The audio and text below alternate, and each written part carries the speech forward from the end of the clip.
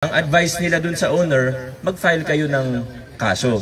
So nag-file na po sila sa Regional Trial Court. Meron po talagang project yan para sa two-story multi-purpose basketball court.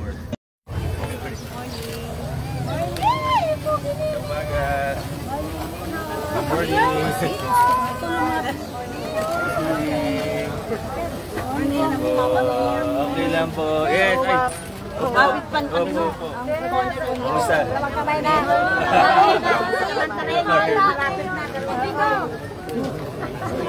Wow! Saan ba tayo eh?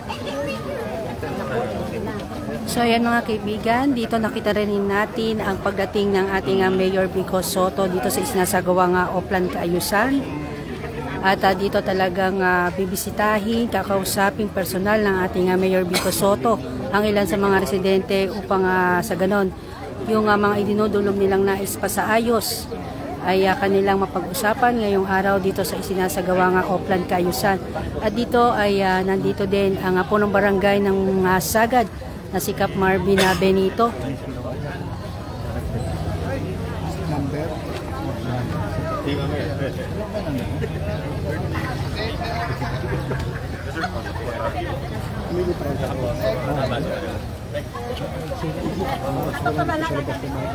Morning po, Mayor.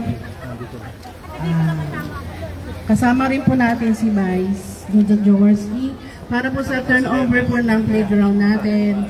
Nagpapasalamat po kami sa Engineering Department, City Parks and Playgrounds, kay City Mayor po at kay Vice Mayor po. Sa ating barangay, nagpapasalamat din po kami sa mga rehab ng mga repaint po sa multipurpose po. So dito mga kaibigan, atin na rin narinig na magkakaroon ng meron po tayong simpleng turnover playground dito ceremony sa para sa mga homeowners association natin. Yun po, ito turnover na po ni Mayor po. Wala MC, si President ng MC. Dito po dapat sila. Dito camera sa kabila. Dito na po siya. Dito camera sa kabila. Magandang umaga po sa ating lahat. Vice Dodot, good morning sa lahat po ng mga kasama, kina Kap Marvin at sa Barangay Council ng Sagad. Sa lahat po ng ating sa HOA, sa mga residente po natin. Ako po yung nagpapasalamat sa inyo. Ito po hindi naman po malaking project ito, itong sa park at pocket park at playground natin. Pero ito po yung isa sa nakita ni, actually si Vice Mayor Dodot, ang isa sa una, pati si Kong Roman. Nung nanggaling po sila dito, naikwento nila sa akin na kailangan medyo ayusin po natin ito dahil kakaroon daw ng ano-ano na. Kaya minabuti po namin na gumawa ng konting project kahit maliit lang naman po ito. Ngayon, ang gusto ko rin pong ikwento sa inyo yung tungkol sa court natin. Ito, okay na po ito. Walang problema, magagamit po lalo na ng mga kabataan. Makakaiwas na rin tayo sa kung ano man ang mga nangyayari dito na hindi maganda noon. Pero yung sa court po kasi, kung matatandaan po ninyo, Kap, mga kagawad, mga kasama, meron po talagang project yan para sa two-story multi-purpose basketball court. Ngayon po, meron lang pong konting problema sa lupa. May budget na yan. Engineer Arta, tama po ba? Diba, na-budgetan na natin yan? May program of work ng engineering. Okay na po. Kaso, may problema po doon sa previous owner ng lupa. Hindi ko nabanggitin yung pangalan kasi sa totoo mababait yung previous owner. Ayoko silang ma-stress pa dahil hindi naman nila kasalanan. Ang nangyari po noon, para sa kaalaman po ng lahat, mas mabuti na po yung alam natin. Ang nangyari po noong 90s, kinuha po ito ng city government. Siguro yung mga matatagal na dito, natatandaan nyo naman po. Pumayag po yung owner para sa, nagkasundo sila sa presyo. Ang problema, na ilabas yung pera mula sa city government, meron po kaming journal entry voucher na nagpapatunay na lumabas ang pera mula sa city government, pero hindi natanggap ng owner yung pera. Yes, opo, yun po yung nangyari. Kaya ngayon, nung naghahanap na ako sa land management natin, sa LGU, hinahanap ko yung titulo, wala silang maipakita sa akin. Nakapangalan pa siya dun sa previous owner. Nung tinanong ko po yung previous owner, ano ba nangyari, kinuwento nila sa akin. Hindi kami nabayar, nabigyan lang sila ng maliit na halaga. Nasa 2 point something million lang yun eh. Noong panahon na yun, siguro malaki na yun nung 90s. 2 point something million, ang nabigay lang sila sa kanila, maliit na parte lang doon. Wala pang kalahati. So, ibig sabihin, hindi ko alam. Kasi wala pa ako noon. Elementary pa lang ako nung nangyari yun. Ano? So, hindi ko alam. Ngayon, sinusubukan kong ayusin. Sinangguni ko po sa ating mga abogado sa legal department natin ng City Hall. Ang advice nila dun sa owner, mag-file kayo ng kaso. So, nag-file na po sila sa Regional Trial Court ng kaso para sa claim ng just compensation. Tama lang naman ang babayaran sila. Ang problema ko, sa records ng city government, lumabas yung pera. Kaya mamaya, ako gusto kong bayaran yung owner kasi naniniwala naman ako sa kwento nila. Kilala nyo naman yun, di ba? Napakabait ng owner. Kilala nyo po yun, di ba? Huwag na natin anin yung pangalan, ano? Para hindi na sila ma-stress. Pero napakabait. Kung mapanood man nila to, mabait po talaga yung owners na ikipag-usap sa akin. Ang problema ko, at humihingi ako ng paumanhin sa kanila dahil hindi ko mailabas yung pera kasi mamaya may sumilip, sabihin, lumabas na yan nung 90s. Tapos babayaran mo ulit. Parang doble yung lumabas na pera ng gobyerno. Ang problema, yung naakusahan na kumuha ng pera mula sa city government, sumakabilang buhay na. Wala na po. So, hindi na natin siya makasuhan din. Wala na. Batay na siya. So, sa totoo, hindi ko alam kung ano yung next step. Pero sinusubukan nating ayusin. Sa ngayon, naantayin natin yung final decision ng korte. Pag sinabi naman ng korte na pwedeng bayaran ng LGU o nag-order sa amin na babayaran siya ng LGU, gagawin na natin para matapos na yung problema natin dito sa court, matuloy na yung project na nire-request po ninyo. Ulitin ko lang po, may program of work na po yan, may plano ng engineering, may nakatabi po tayong pondo para sa mga 40 million yan, mga more or less, parang 38 yata. Basta sabihin natin, almost 40 million, tinatabi lang po natin para sa court dito. Pasensya na po sa mga taga-Pable, no? Pasensya na sa mga taga-Barangay Sagad. Hindi naman natin ginusto na ganun yung mangyari. 90s pa nga, nagsimula yung problema. Saan po ninyo na hahanapan natin ng solusyon, pero sa ngayon talagang aantayin natin yung desisyon ng korte. Salamat po sa pakikinig at God bless po sa ating lahat. So yung mga kaibigan, dito narinig natin ang paliwanag Thank you po ng sa ating mensahe Mayor ni Vico ating Sotto ukol Mayor nga po Vico Sotto. dito sa Photo op problema na po para sa Barangay turnover po Saga ng dito sa ating kanilang court at ngayon nga magkakaroon ng turnover nitong playground.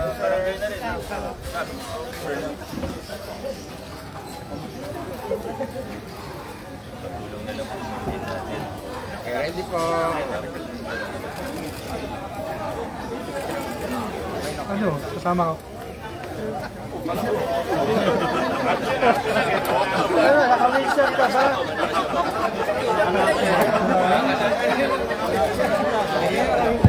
Yan po, photos po muna. Congratulations po sa ating lahat. At sana po pangalagaan natin ang mini park at urban garden na rin po sa likod. Sa likod po may nakikita akong sibuyas. Maraming gulay, may patola.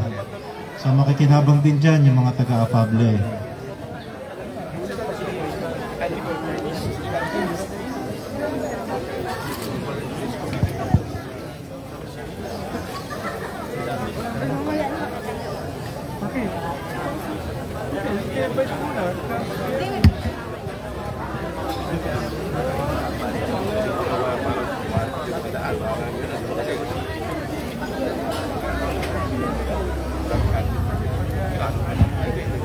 Maraming salamat din sa ating City Parks at siguradong hindi mawawala ni Madam Masusi dahil ang laki-laki.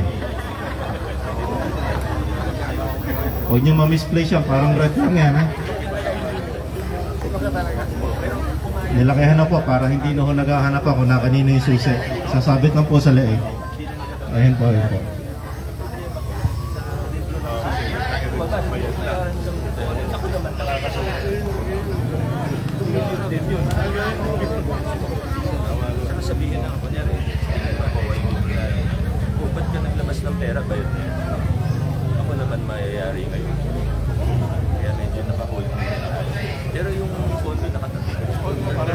Parang gano'n, di ba? Kasi diba dati si Unilever na sa TV, parang hindi niya kayo ginawa. Kasi yung sa barangay, yun nga, yung naging TV na yan. Kasi ito na lang yung dapat. Sana pala yun na lang yung pinagawa ko para... Oo. Pero okay lang naman. Gusto magawa, yun naman importante.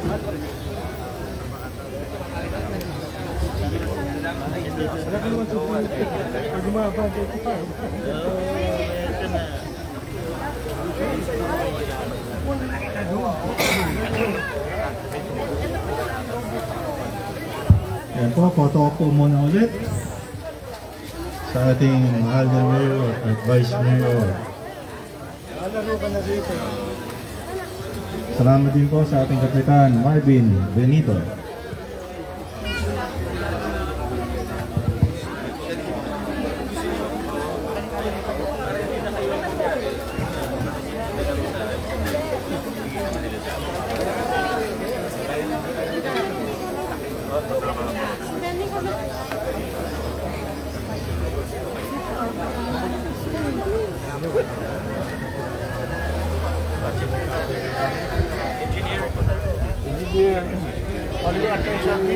Engineer.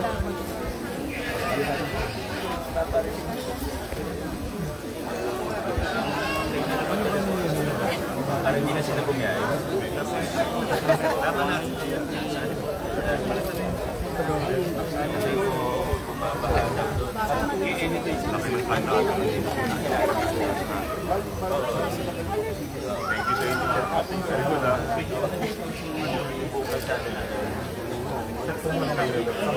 I-assess ninyo. Papacheck po natin kayo para kung anong kailangan gawin.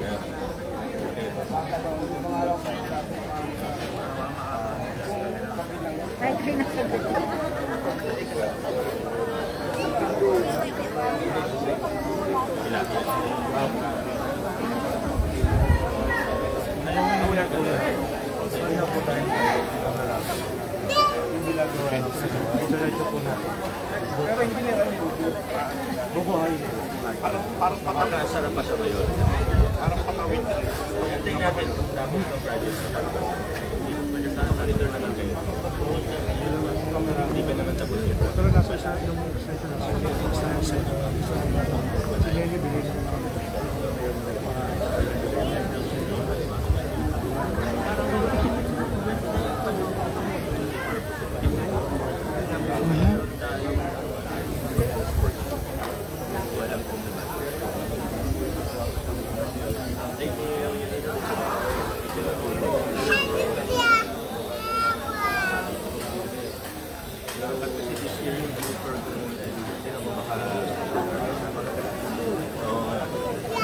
Tatawag ba nila? Update ko ba yan?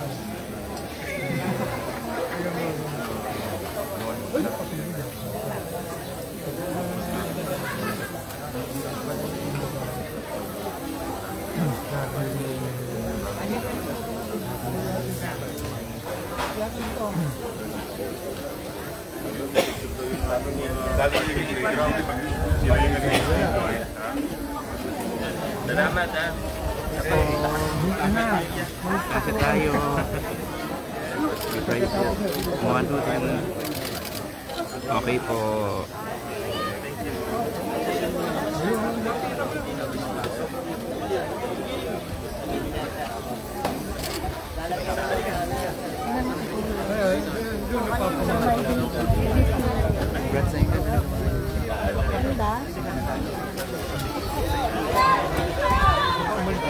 Punta po ako dyan. Punta ka doon. Doon, abang na lang kayo lahat. Tayo yung kambal ko. So ayan, good morning po Ma'am Claire and Ma'am Wenda. Maraming salamat po sa inyong pagtutok at panonood. At kanina nga ating narinig yung mga paliwanag ng ating Mayor Vico Soto. Ukol nga po sa idinudulog ng ilan sa mga residente ng Barangay Sagad, partikular sa may Pable, kung saan talagang dito ay kinausap ng ating Mayor Vico Soto at ng ating Congressman ating Vice Mayor Dudut Jaworski dito sa kanilang idinudulog ngayong araw sa ating Mayor Vico Soto at tuloy na rin sa ating Vice Mayor Dudut Jaworski. Ma'am Christy, good morning din po sa inyo. Maraming salamat po sa inyong panonood. Ma'am Rosita, good morning po. Mama Denise o Sir Denise, good morning, good morning. Ma'am Jo, Ma'am Claire, good morning po. At dito nga nagkaroon din ng turnover nito nga kanilang mini park sa Homeowners Association ng Afable Barangay Sagad.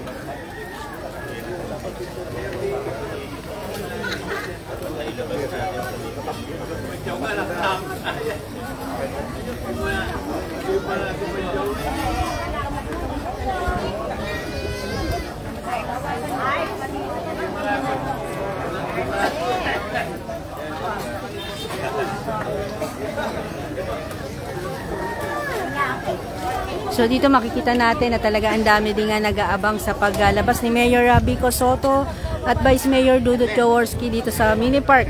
At dahil nais talaga nilang makapagpa-picture sa ating Mayor Vico Soto.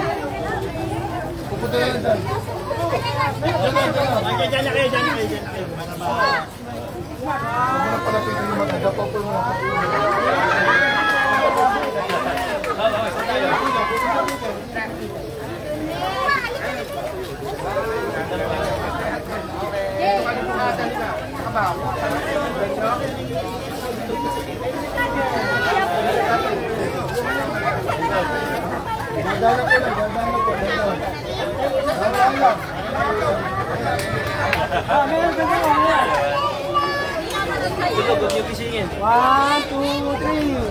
One, two, three.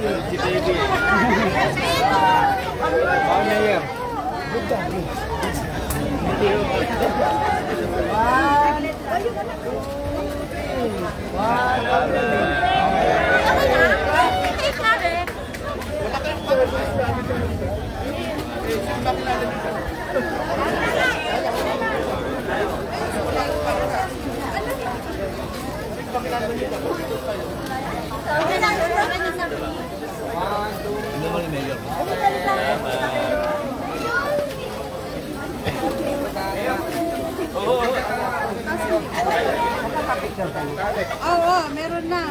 Ano? Kaso medyo blurred.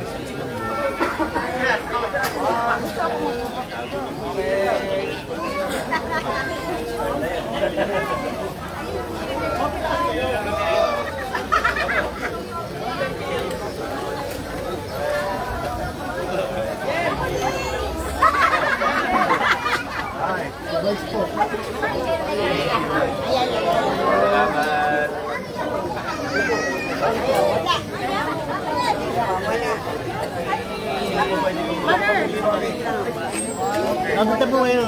Lapit na po kayo. Para madamay na kayo.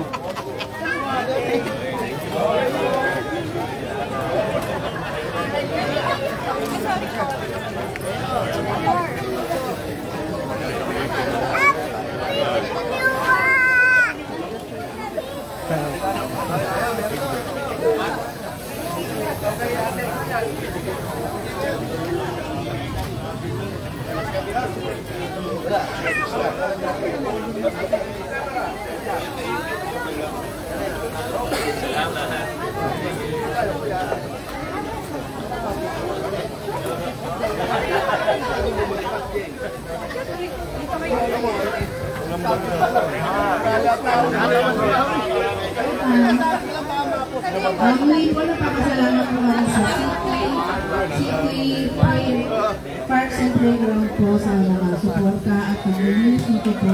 Salamat po kami.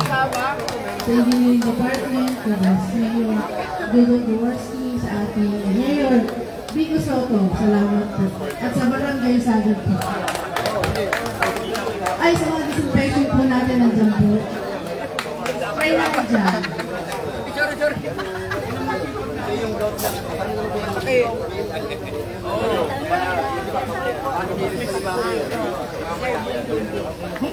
Hanapin natin yung camera.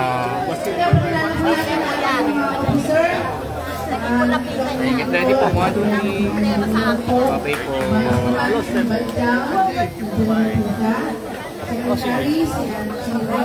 Extra? Ano? Diba? Magkano? 1A. O sige. Tawag ako ulit sa'yo kasi nandito si Kamay. Tawag ako sa'yo mga... Hindi mo na kasi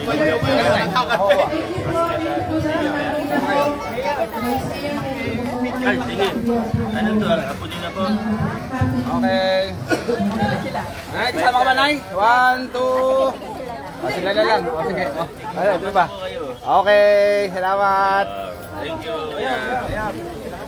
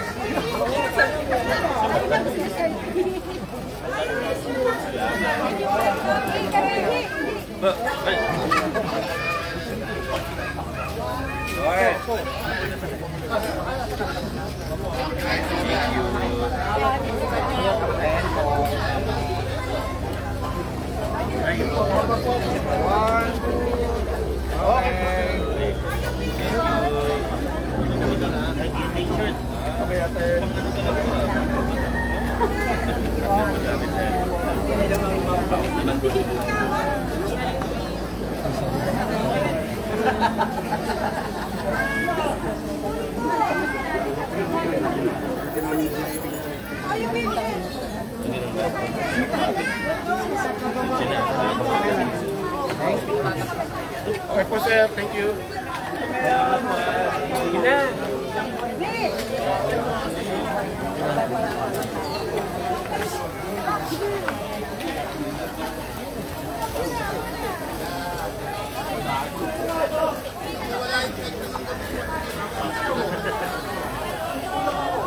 Salamat po.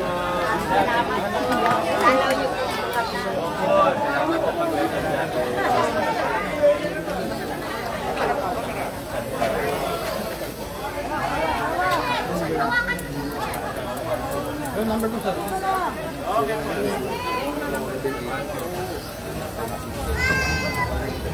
Thank you.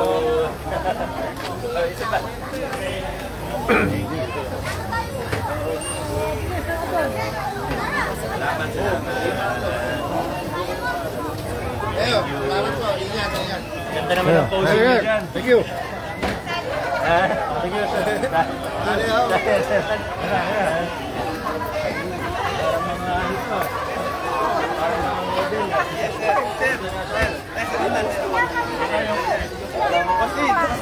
Wala po natin. Parang kanina. Kanina, nakatambay lang.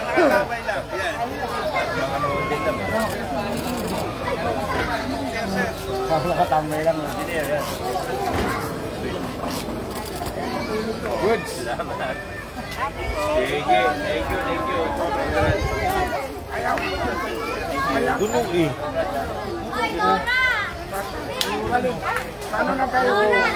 So yung mga kaibigan, hanggang dito na lang po muna itong ating live update ngayong umaga dito sa isinagawang Oplan Kaayusan at turnover ng mini park sa barangay Sagad. Ano sa loob? Saan ba motor mo? 19.